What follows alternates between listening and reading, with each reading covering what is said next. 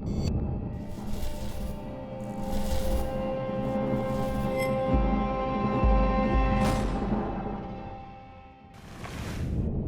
here, Josie. Josie, go in there. This week on Kentucky Afield. Any rabbit hunt is a good time, but one with kids and dogs? Well, that's hard to beat. Next. There he is. Sauger fishing below dams is going to be getting better and better over the coming months, and there's a ton of bank fishing opportunity. Almost 19 inches. Then, the Kentucky Department of Fish and Wildlife doesn't have an off-season. In fact, the winter months are some of the busiest for the state's biologists. It's all next on Kentucky Afield. Such a pretty fish. Beautiful. This pond is plumb loaded with frogs. They're everywhere in here.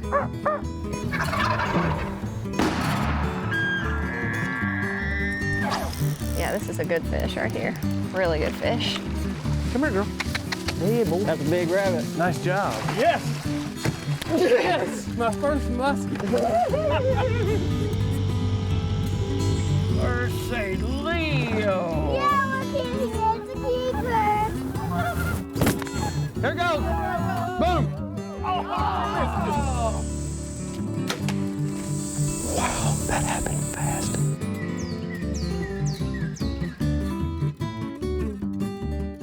Hello, and welcome to Kentucky Afield. I'm your host, Chad Miles. Join us as we journey the Commonwealth in search of outdoor adventure. What is the perfect day in the field?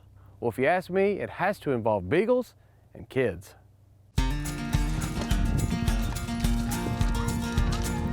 You ready, girl? You ready? You're like, why are all those other dogs out and I gotta stay in here? Come here. Well, Dustin, we are finally getting out in the woods. We've been saying we're gonna take a rabbit hunt for a long time now, and we're finally able to get our kids free from school and other activities, and we're here in Shelby County, hopefully run some rabbits. Yeah, we're gonna see what can happen. And you got a couple other buddies with you today. You know, in situations like this, we got a lot of ground. It's always nice to have a couple extra guns, so we'll see what happens. You know, it's a windy day. If these dogs can track today, they can track in any day. Yep. You find out what you got when you put them in the conditions. No doubt about it. Well, let's head that way and turn them loose.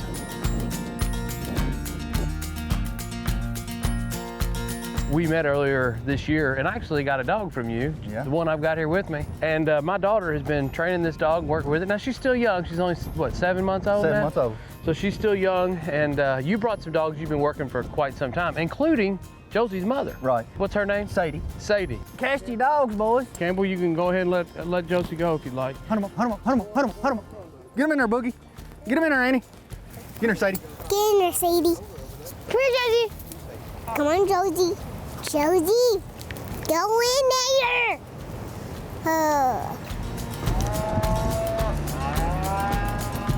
Hunt them up, hunt them up. Rabbit, right there. Rabbit right here. Got a rabbit No, right here. right there. Rabbit right here. Here. You're ready. You got it. Get ready. Right here. Dustin, right here.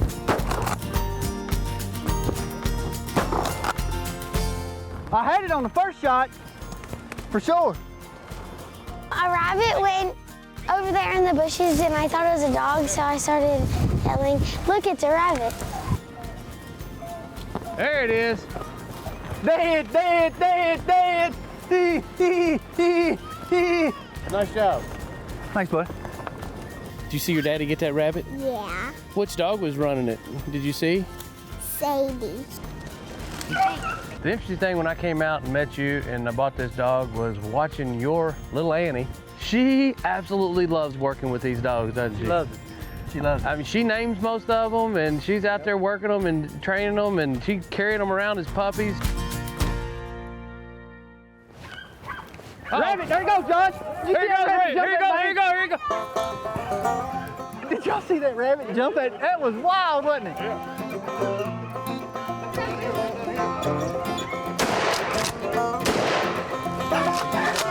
You get it, Dustin? Got it? He ain't dead yet. Yeah, dead. That's great. Yeah, come on. So what, we made the decision to try to get out of the wind a little bit and got down here in the bottom. As soon as we got down there, we jumped a rabbit that crossed this creek. and the dogs started working it, and then they jumped one going the other way, and that's this rabbit here. You made a good shot, but we still got another rabbit out here. That's right. And who knows how many others, but we know there's another one right here. You think we can get those dogs on that trail, we may get another chase going? We can try it. Well, let's go. Let's give it a shot. Nice shot.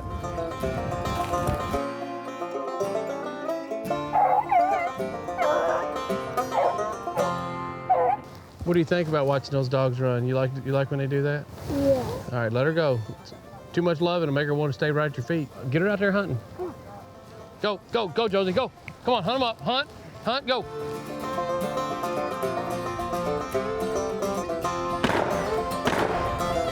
Dead, dead, dead, dead, dead. Well, here he is.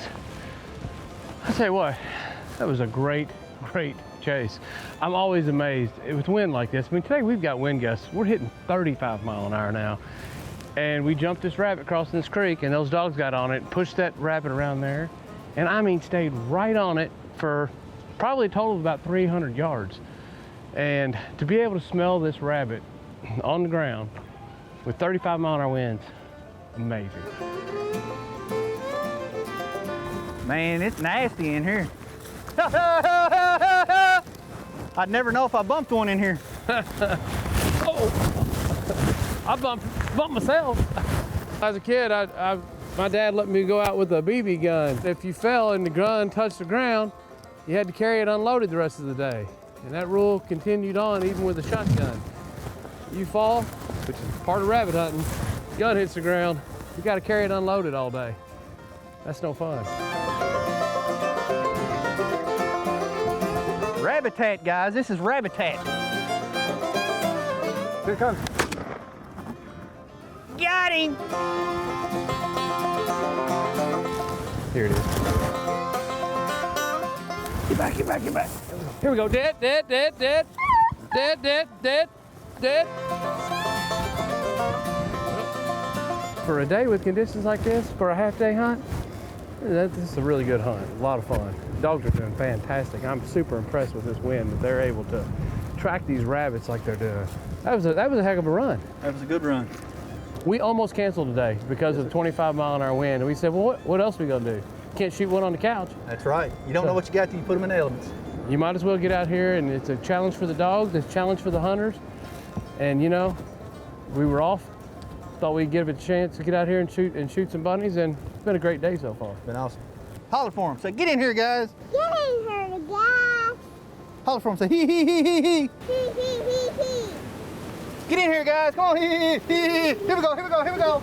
Here we go, here we go. That's a rabbit. Yep, get ready. Right here, right here. The rabbit's right here in this bush. Got him. Dead, dead, dead, dead, dead, dead. Here, Josie. I'll tell you what, this has been a fantastic day. When you come out here, bring some good dogs, good friends, and bring your daughter on a rabbit hunt, it doesn't get any better than this.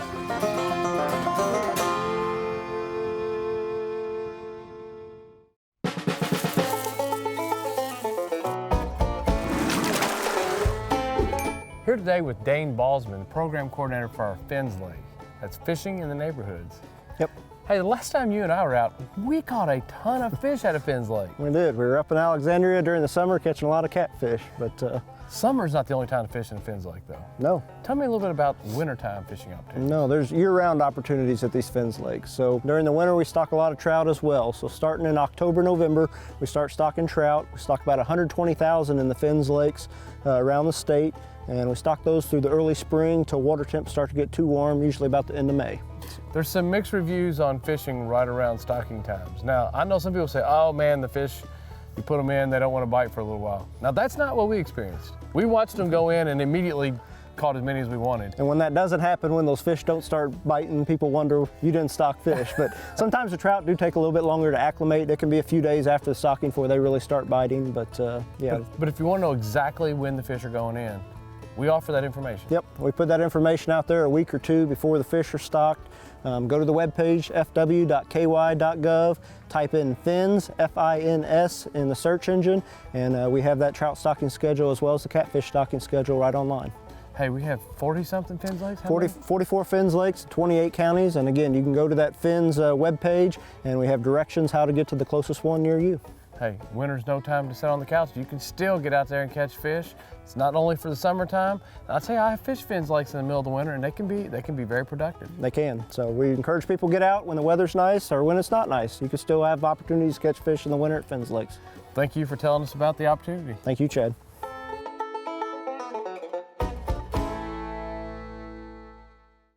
Here in Kentucky, we have many cold water species of fish that can be caught in the middle of the winter right off the bank.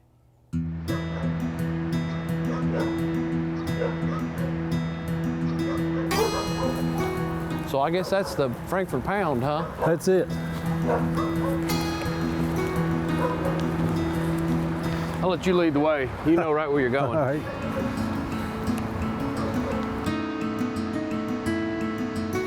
So I guess the very first thing you do when you go sauger fishing is you kind of look at how much flow you got and how much weight you're going to need to keep it on the bottom, huh? Right. The last year, it's been hard to find a date to get on the river where it's not blown out. Well, with so much rain that we've had, Yeah. it's really changes from one day to the next.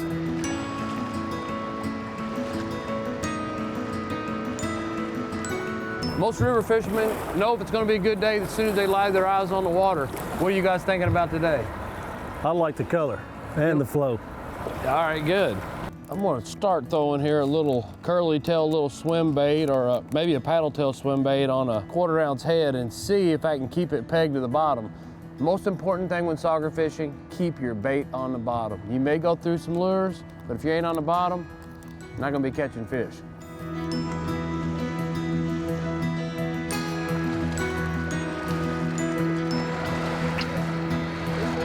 I'm from Bourbon County. Okay. Yeah, so I was raised in a little town, North Middletown. Yeah. We all probably grew up on Stoner Creek. And then when we came to Frankfort, naturally we came to a bigger body of water.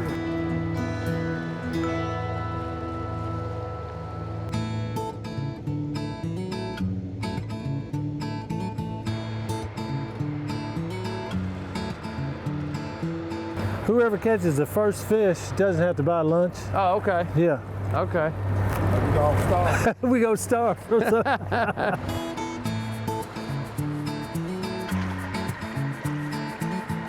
There he is. Maybe they're moving in. Ooh, a nice one too. Very nice. Wow, it's a nice one. That is a nice, that's a sauger too, isn't it? Yeah, it sure is. Boy, he's healthy. That's a nice looking fish. There was a barge parked here when we first got here, and when that barge moved, the water conditions kind of changed, and it's finally settling back out. He was close to the bank too. He probably wasn't about maybe 15 foot out. But look how healthy he is. Oh, I know. Now I'll tell you what, when it comes to table fare, is there a fish that you'd rather have than that right there? No, it's hard to beat. It's And- hard to beat. So recently we have changed the rules and regulations on sauger, walleye, and hybrids of those species, known as sawguys. And the reason it's changed is we're wanting to see more fish this size. And right now it's combined. If you catch walleye, sauger, or sawguy, they all go together. 14-inch length limit, 6 per person. Oh, okay. Man, you get 6 that size and you've got something. Wow. I think we can do it. Yeah. This is a pretty simple bait and fairly inexpensive. You just got a 1/4 ounce ball head on there with a little paddle tail swim bait on there. And you want to keep it simple because you're going to lose some, aren't you? Bunch of it. You're gonna lose. Let's see how long that fish is. I'm going to guess that fish is 18 inches. Maybe longer. Almost 19. Almost 19 inches. That's a really, really nice fish. Someone thinks they want to give this a try. Obviously, you need a rod that you can make long casts, a medium action rod, just about 10-pound test line. And another important thing is you're looking for areas in the bottom where you got some water current, but it's a spot they can kind of rest up a little bit. Yeah.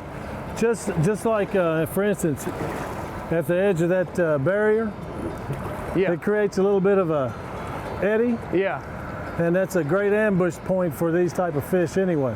It gives them a break and it takes the bait and pulls the bait right to The them. bait comes right into them. Yeah. You know. Now, Mark, you're no stranger to fishing right here around Frankfort in the river, are you? No, I've been fishing this part of the river and all the river in Frankfort here for all my life, pretty much. Yeah. It's just something we always did as a kid. To come down here to fish. It's close, it's convenient. You never know what you're going to catch. You got him? Nice.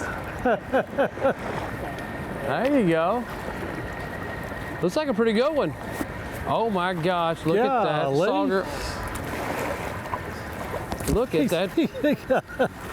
Jeez. And there's what you caught it on right there, little Bass Pro. Bass Pro with the lead head on it. Man, what a nice fish. Look how healthy and thick this is. Fish has been eating good. This is a trophy fish. Oh, definitely. It's a beautiful fish. I mean, this is a 20-inch plus fish, and you've already got a near 19-inch fish in there. Right. This is 2 fish makes a mess. Man, they're strong, aren't they? Yeah, really. So we're right at 20 inches on this one. Well, it's about an inch longer than your last one. Come down here and catch 1 or 2 of those, and you've got yourself a mess fish. It makes it worthwhile. And we talked about fishing out here off the bank. You know, a lot of people would think, well, there's no chance you're going to catch such a trophy fish off the bank. I'm sitting right here in downtown Frankfort. It's not like we've traveled to the deep extreme somewhere where there's no pressure. About 2 miles from my house. 2 miles from your house, come down here and you catch a beautiful, beautiful fish like this. Look at that. Wow. And Bill, you said it perfectly. If you're a person that you got an hour or 2 after work and you don't want to mess with dealing with your boat, you can still run down here and run on the edge of the bank and make a couple casts. You never know what you may catch. This is what's here. Yeah. Yeah.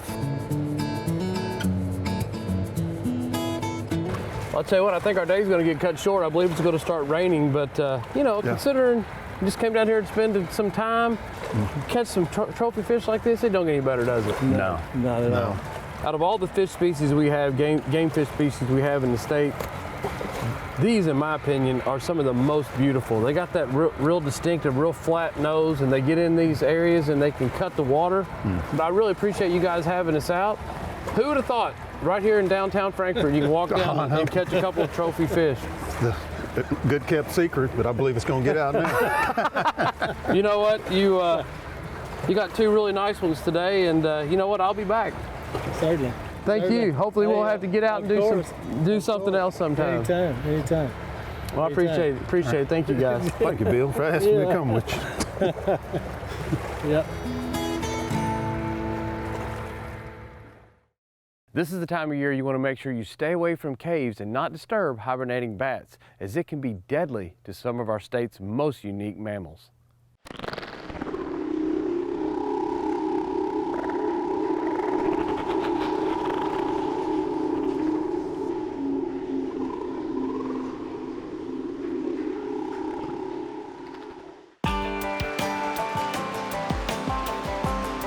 So Zach, we're here today at Carter Cave State Park, and you're here to do a bat survey. Today we're going to go in and just get an idea of the population of bats that we have in this cave, and this is something we do about every other year, and we've done this for about the last 30 years now, so we've got a good trend to see what our bat population is doing with each species. That's become even more important now that we have white nose syndrome, which is a fungus that's impacting a lot of the bat population throughout the eastern U.S. We'll be able to tell what % decline that we're getting in our population by each species. Because of white nose syndrome, there's a lot of precautions that you take when entering and exiting these type of caves, right? Exactly. What we don't want to do is, in an effort to try to protect the bats, end up causing them more harm. So one of the things that we'll do today is we'll decontaminate every bit of equipment that goes into the cave.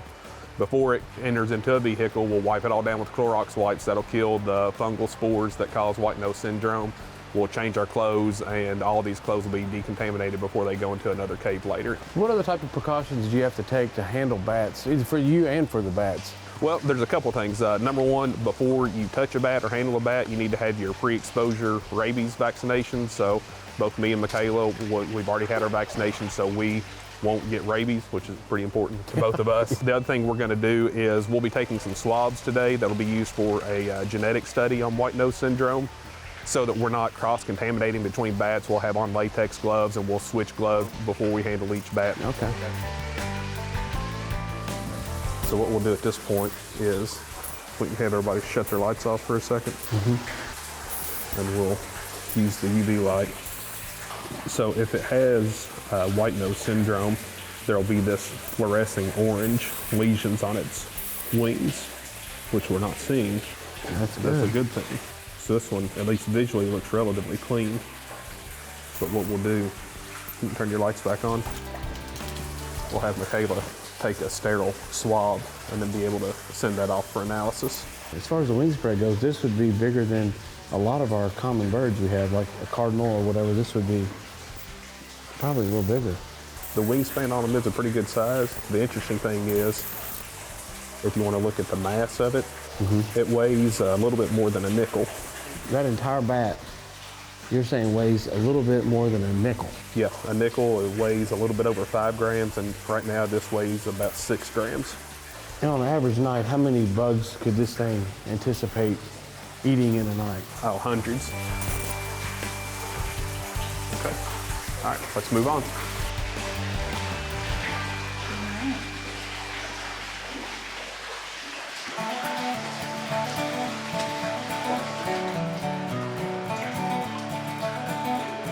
One little brown, 2 Indianas, plus 22, plus 26, plus 18, plus 17. That's awesome. Look at that. There's another crevice right here that is completely packed with Indiana bats. Indiana bats. 75. And they're all the way up through this crack, packed in there. I mean, there's probably well over 100 in here. Now check this cluster of bats here out. This is very typical. It looks like it's probably about 20 of them just stacked in there. There's 65 in that little crack. 65 bats in this crack. Michaela, it's interesting. You go to school for environmental science, and there's a million things you can study, and ends up bats. What is it about bats that fascinated you? So bats are really fascinating animals. They're not something that you get to see every day. You don't see them flying around outside during the middle of the day or in the summer. They're active at night. They hibernate in caves. They're the only mammal that has true flight. They also face a lot of challenges between white nose syndrome. Several of them in Kentucky are on the Federally Endangered Species Act. And so it's really important that we research these animals, we monitor them, and that's really just the combination of things that attracted me to study bats. It's a really, really interesting environment when you get into a cave, but you know, for a young woman, it's kind of cold and it's damp, and you got these big spiders climbing around all over the place, and bats, they get this bad rap. You got this little rat-like creature with teeth and moving around, and for you to go, you know what, that's me. That's what I want to be involved with. It's really interesting, and I'm sure that once you got involved in it, you never looked back and regretted a minute of it, I bet, have you? Yeah, I mean, days like this and coming to get out here and survey bats in caves, that's really exciting for me, and I absolutely I can love understand it. why you enjoy it, because this is just such a cool place to be in a cave. I mean, but we got to be careful to tell people you don't want to be going in and out of caves, and it can be really, really bad for these species, and some of which are endangered. It can be highly illegal as well, right? Absolutely, and these are sensitive environments, especially in the wintertime when we have hibernating bats. You want to make sure that you have permission to go into any cave you're going into, and preferably in the summer. A lot of the species you study, even though we don't hunt and fish for these species throughout the state of Kentucky, they're indicator species of overall environmental health, right? Right, absolutely. I mean, everything you see in here is part of a big puzzle that goes together. It's like that game Jenga that you play. You know, you can start removing one block here and there, but at some point, you remove too many blocks and the whole thing crumbles. Well, you may be focused on deer, turkey, and smallmouth, and those are wonderful things to go out and hunt and fish for, but they all work together. And when you start losing some species, you can have an impact that carries over to other species down the way. Well, I appreciate the work that you're doing, and it's a great job you got. It's interesting work. I agree. Let's go find the sun. All right.